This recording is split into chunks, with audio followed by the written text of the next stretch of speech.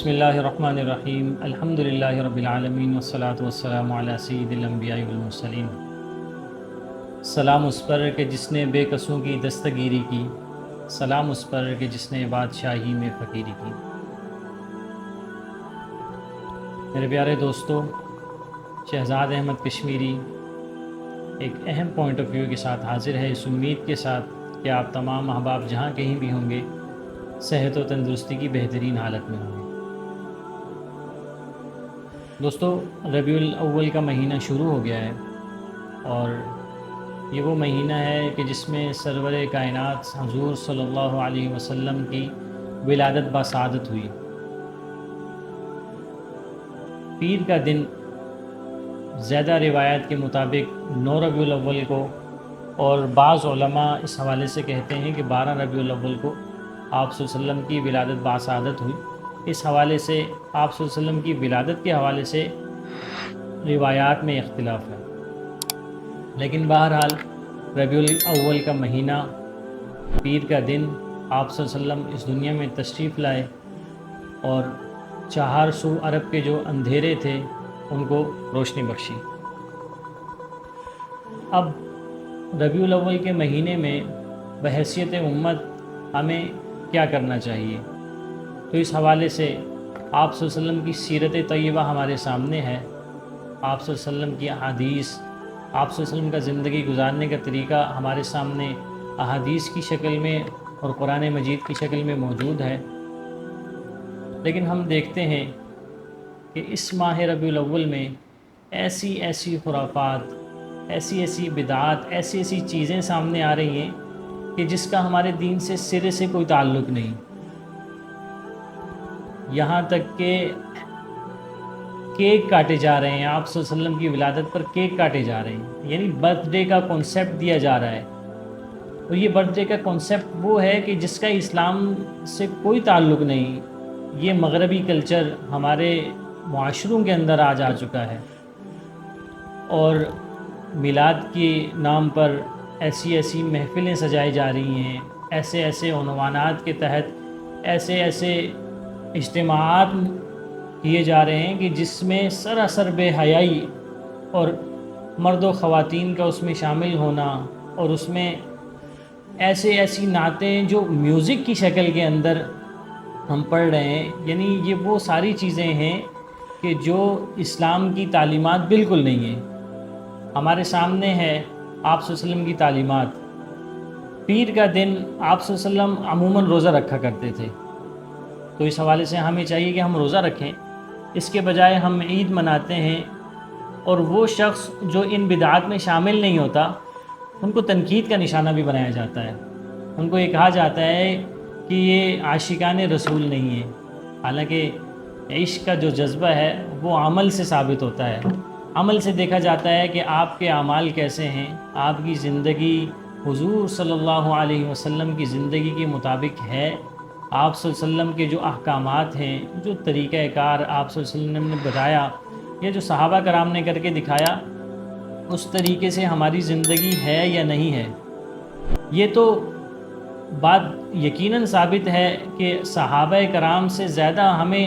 عشق نہیں ہے نبی کریم صلی اللہ علیہ وسلم سے۔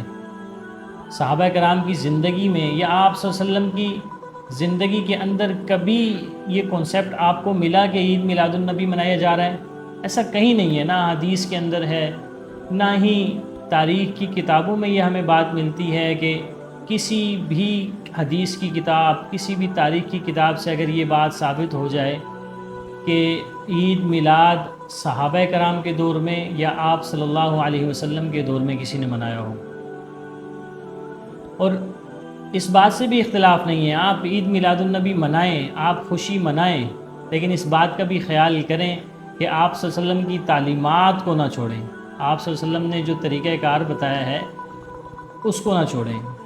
آپ خوشی منا سکتے ہیں، قرآن پاک پڑھ کے منا سکتے ہیں، آپ خوشی منا سکتے ہیں، نماز پڑھ کر منا سکتے ہیں، یا دیگر وہ چیزیں جو شریعت کے مطابق شریعت کی حدود کے اندر آتی ہیں، وہ تمام چیزیں آپ کر سکتے ہیں، لیکن روڈوں کو بند کرنا، روڈ بلاک کرنا، اور اتنے بڑے جلسے، اتنے بڑے جلوس، اور جس سے عام عوام پریشان ہو رہی ہے، جبکہ آپ صلی اللہ علیہ وسلم کی واضح حدیث ہے کہ تم میں سے بہترین انسان وہ ہے جو دوسروں کے لیے فائدہ مند ہو۔ آپ دیکھیں، آپ روڈوں کو بلاک کر کے دوسروں کے لیے فائدہ مند ہو رہے ہیں یا دوسروں کے لیے نقصان دہ ثابت ہو رہے ہیں۔ آپ کی جو لائٹنگ ہوتی ہے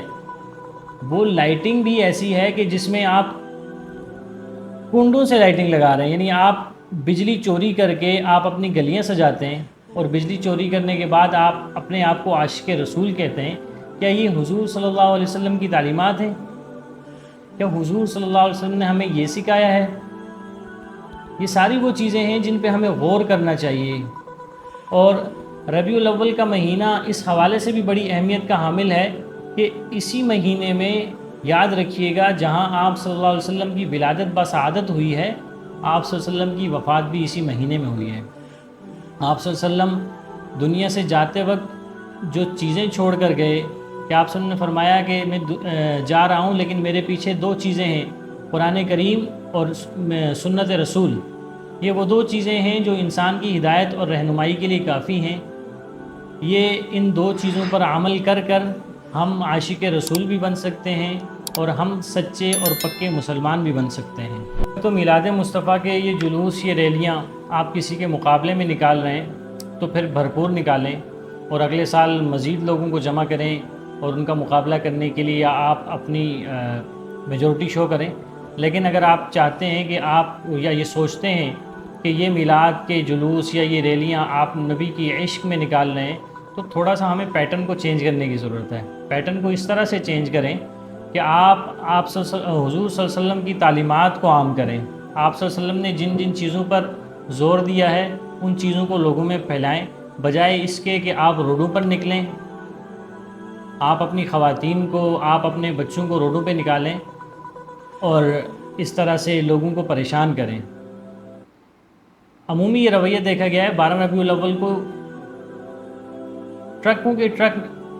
ان کے یہ عمومی طور پر یہ دیکھا گیا ہے کہ 12 ربیع الاول کے دن ٹرکوں کے ٹرک پاپڑوں کے